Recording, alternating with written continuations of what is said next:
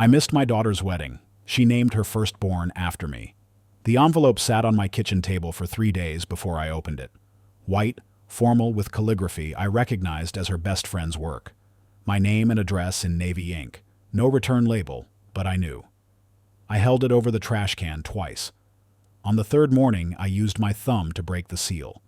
The invitation confirmed what I'd suspected for weeks. June 23rd, garden ceremony, reception to follow. Sarah Elizabeth Porter and James Michael Chen request the honor of your presence.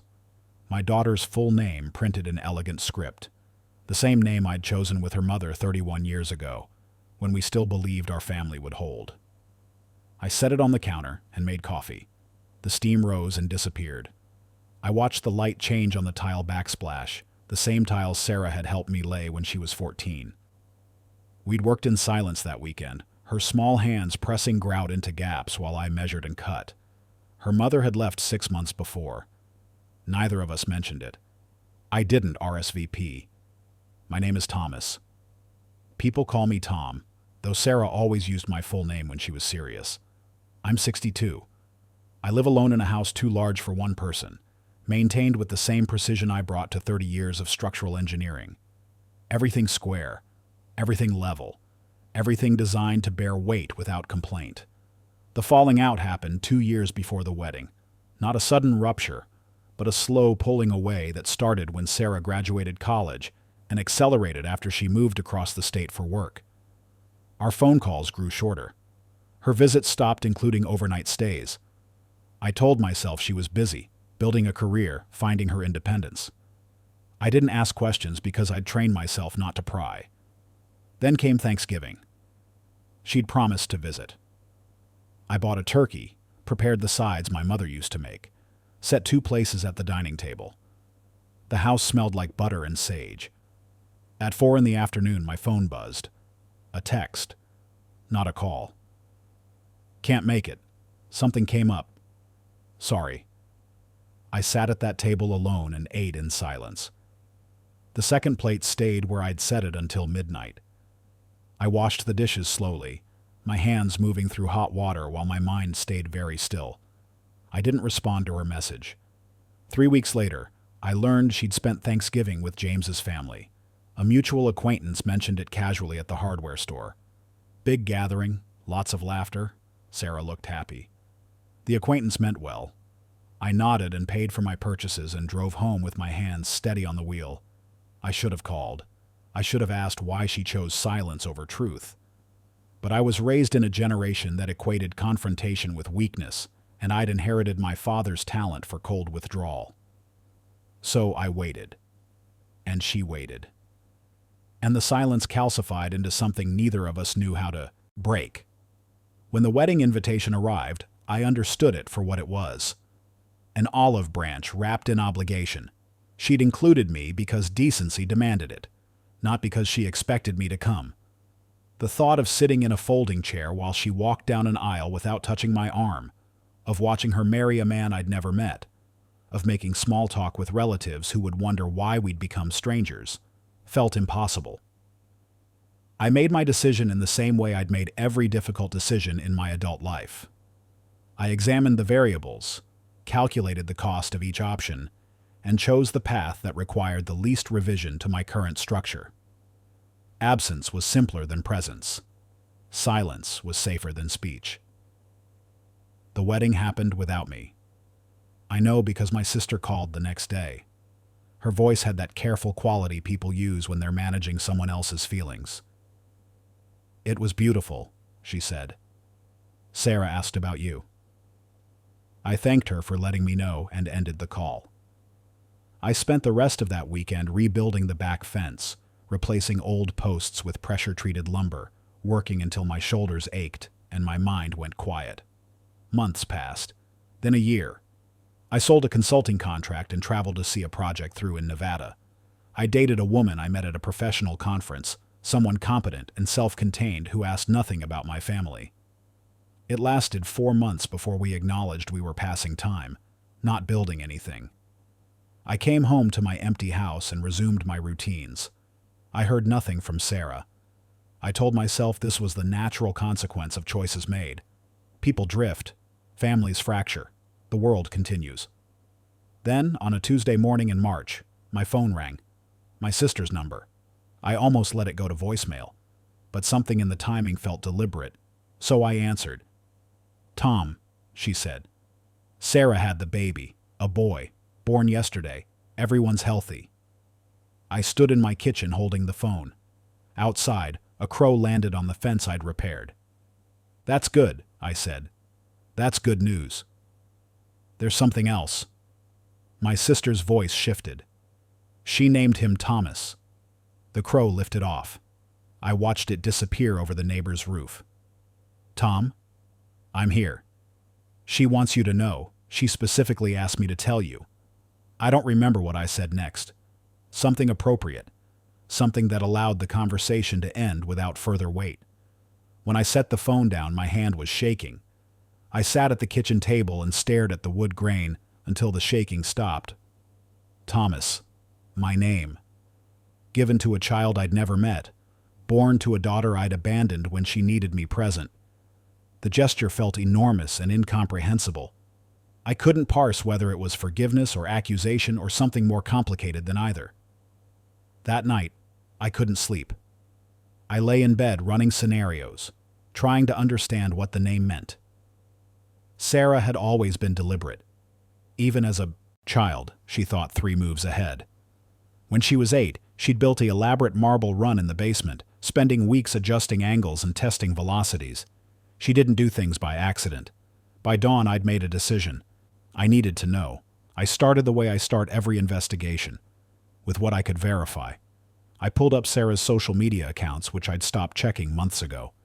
She'd kept her privacy settings tight, but her profile picture had changed. It showed her holding a bundled infant, her face softer than I remembered, her eyes tired but clear. The caption read, "Welcome, Thomas James Chen, March 17th, 7 Labizais, 3 O's, already loved beyond measure." 47 people had commented. I read each one. Friends congratulating her. James's family sharing heart emojis. My sister posting, "He's perfect." Nothing from me, obviously. But in the comments, someone had written, "Such a meaningful name." Sarah had replied with a single word, "Yes." I studied the photograph. The baby's face was barely visible, mostly blanket and shadow. But Sarah's expression was unmistakable. This wasn't performance. This was a woman holding something precious and choosing, with intention, to give it a name that carried history. I closed the laptop and made coffee. Then I opened my desk drawer and found the box I'd put away 2 years ago. Inside were photographs from Sarah's childhood, her first day of school. A camping trip where she'd caught a fish too big for her to hold alone. The 2 of us building that fence when she was 14, both of us streaked with sweat and sawdust. Her high school graduation, her hand on my shoulder, both of us smiling at something beyond the frame. I'd hidden these because looking at them hurt. Now I forced myself to sit with each one, to remember that before the silence, there had been years of shared silence that meant something else. Quiet mornings, long drives, the steady presence of 2 people who didn't need constant words to know they mattered to each other. I'd broken that.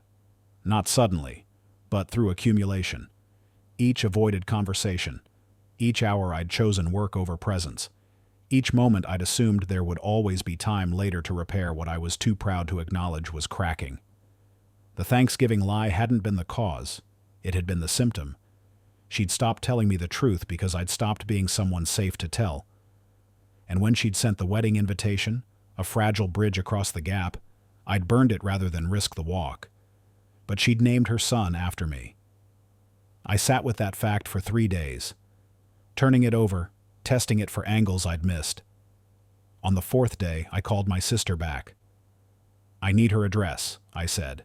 "Tom, just the address. I'm not going to show up unannounced. I need to send something." She was quiet for a moment. Then she gave it to me. An apartment complex on the east side of the city, 2 hours away. I wrote it down carefully. "What are you planning?" my sister asked. "I don't know yet. She's fragile right now. New baby. Not sleeping." Don't make this harder." "I won't." But I didn't know if that was true. I only knew I couldn't let this moment pass without acknowledgement. I spent the next week in my workshop. I haven't mentioned it yet, but I keep a small space in my garage where I build furniture. Mostly small pieces, side tables, bookshelves, things that require precision joints and patient sanding. It's meditative work, the kind that lets my hands solve problems my mind can't. I decided to build a cradle. Not ornate, not showy, something simple and sturdy that would hold weight and last. I chose white oak because it's strong and ages well. I drew plans on graph paper, calculating dimensions for safety standards, checking clearances, making sure every joint would be tight and true. Then I began. Cutting, sanding, fitting. The repetitive motion settled me. Each pass of the plane revealed clean grain, each joint locked without gap or wobble. I worked evenings after dinner, losing track of time in the rhythm of creation. When I applied the finish, I chose a clear oil that would let the wood's character show. No stain, no artifice, just the thing itself, made well. While the finish cured, I wrote a letter. This took longer than building the cradle. I filled 4 pages with attempts before I found the right words. No excuses, no justifications, just acknowledgement of failure and gratitude for grace. "Sarah," it began, "I wasn't there when you needed me. I chose pride over presence. I chose silence over courage. I missed your wedding because I was afraid of my own smallness. I have no right to ask for forgiveness, and I don't. I only want you to know that I see what I did. And I see what you did. Naming him Thomas. I don't know if you meant it as an invitation or just an acknowledgement of what was. But either way, I'm grateful. This cradle is built to last.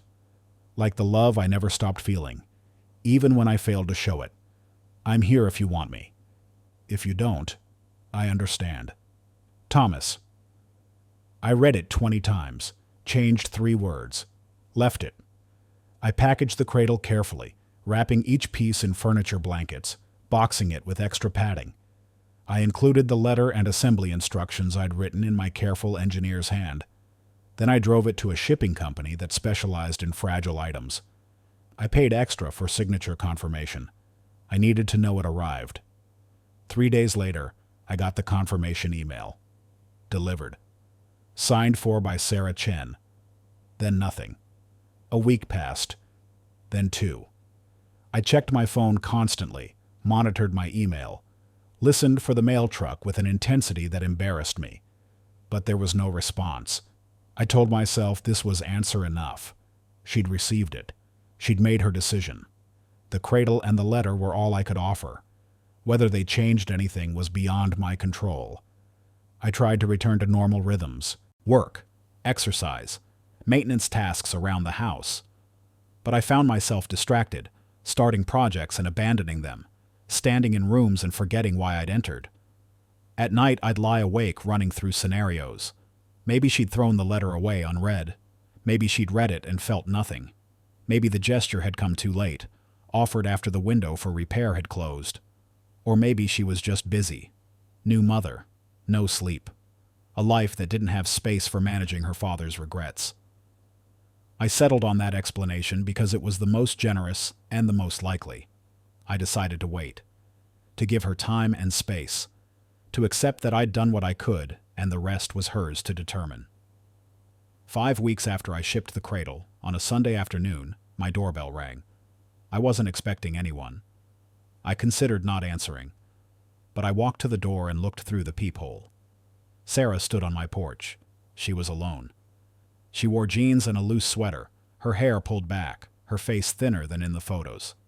She looked tired. She looked like her mother at the same age. She looked like someone gathering courage. I opened the door. We stood there, 3 feet of space and 2 years of silence between us. I waited. I'd sent my words. Now it was her turn. "The cradle is beautiful," she said. Her voice was steady. "James thinks it's the nicest thing we received." "Good wood," I said. "Oak." "I know. I remember watching you work with it." A car passed on the street. A dog barked somewhere distant. I kept my hands still. "Can I come in?" she asked. I stepped back. She walked past me into the house she'd grown up in, her footsteps soft on the hardwood I'd refinished the year after her mother left. I closed the door and followed her into the living room. She sat on the couch. I took the chair across from her. The afternoon light came through the windows at an angle, catching dust motes between us. "I wasn't sure I'd come," she said. "I read your letter probably 50 times. I kept putting it down and picking it back up." I nodded. Waited. I was angry at first, that you'd send this beautiful thing in these perfect words after missing everything. The wedding, the pregnancy, the birth. Like a gift could fix it. It can't. No. She looked at me directly. But I kept thinking about the cradle, how much time it must have taken, how you built it for someone you've never met, for my son. She paused. For Thomas. Why did you name him that? She smiled barely. Honestly, I don't know if I can explain it. When he was born and they put him in my arms, I looked at him and that was just his name. James asked if I was sure, given everything. And I was, because you're still my father, even when we're not speaking. Even when I'm furious with you. You're still the person who taught me how to use a level, who sat with me when Mom left and never said a word because words would have made it worse. You're still the first voice I remember. Something loosened in my chest. I breathed carefully. I should have come to the wedding. Yes. I should have called after Thanksgiving. I should have asked why you didn't come instead of deciding I already knew. I wanted to tell you, she said, but you'd gotten so distant. Every time I tried to talk about anything real, you'd change the subject or tell me you had to go. I started feeling like I was bothering you. So when James's mom invited me to Thanksgiving, it felt easier to just go there. And then I felt guilty about lying, which made it harder to call, which made everything worse. I did that, I said. I made you feel like you were bothering me.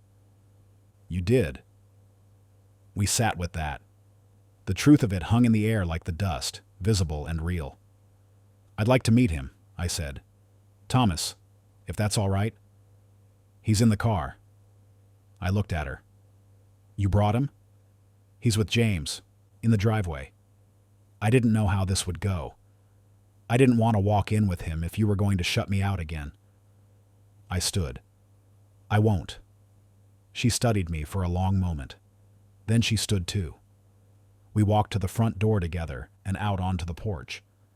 James was leaning against a sedan, holding a car seat with one hand, checking his phone with the other. When he saw us, he straightened. He was younger than I expected, with dark hair and an open face that looked nervous and kind in equal measure. Sarah went to him first, said something I couldn't hear. He glanced at me, then nodded. Sarah lifted the car seat and carried it up the porch steps. Dad, she said, this is Thomas. The baby was awake, staring at nothing in particular with dark, unfocused eyes. His face was round and unformed, brand new to the world. He had Sarah's nose. My nose. He made a small sound, not quite a cry, just a notice that he existed and had needs. Can you hold him? Sarah asked. I hadn't held a baby since Sarah herself, but I nodded. She lifted him out of the seat with practiced ease and transferred him to my arms. He was heavier than I expected and lighter than I feared. Warm, alive, utterly dependent. I looked down at this small person carrying my name, at his perfect fingers curled against his chest, at the way he settled into the crook of my arm like it was a place he recognized. And I felt something crack open inside me that I'd kept shut for too long. Hello, Thomas, I said quietly. Sarah stood next to me, not touching, just present. James came up the steps, stopping at a respectful distance. He sleeps in the cradle every night, Sarah said, right next to our bed. That's what it's for. I know. We stood there for several minutes, the four of us on my porch in the spring afternoon. Eventually the baby started to fuss, and Sarah took him back. She said they needed to get home for his feeding schedule. I understood. I didn't ask them to stay longer. But before she left, Sarah turned back. "We're having a small gathering next month," she said. "For Thomas's baptism, just family. I'd like you to come." I met her eyes. "I'll be there." "You're sure?" "I'm sure." She nodded. "Okay, I'll send you the details." They left. I watched them drive away, Sarah in the passenger seat looking back once before they turned the corner. Then I went inside and sat in my chair and allowed myself to feel the full weight of what had almost been lost and what had been, against odds, preserved. The baptism happened on a Sunday in April. Small church, 10 people, simple ceremony. I sat in the second row and watched my daughter stand at the font with her husband and her son. When the priest asked who stood as witnesses and godparents, my sister was named. Not me. I didn't expect to be. I hadn't earned that place yet. But afterward, at the lunch Sarah hosted at their apartment, she found me standing alone by the window. "Thank you for coming," she said. "Thank you for asking. I want you to know something." She shifted the baby in her arms. "I'm not pretending the last 2 years didn't happen. And I'm not saying everything's fixed, but I want to try. If you do." "I do. It's going to take time." "I know. And you have to actually show up. Not just physically. Actually present." "I will." She searched my face, looking for something. Whatever she found seemed enough, because she held out the baby. "He needs to get to know his grandfather." I took him again. He was bigger already, more alert, tracking movement with his eyes. I held him and felt the warmth of him and understood that this was not absolution. This was chance. Not to undo the past, but to build something different going forward. Sarah had named him Thomas, not to erase what I'd done, but to hold space for who I might become.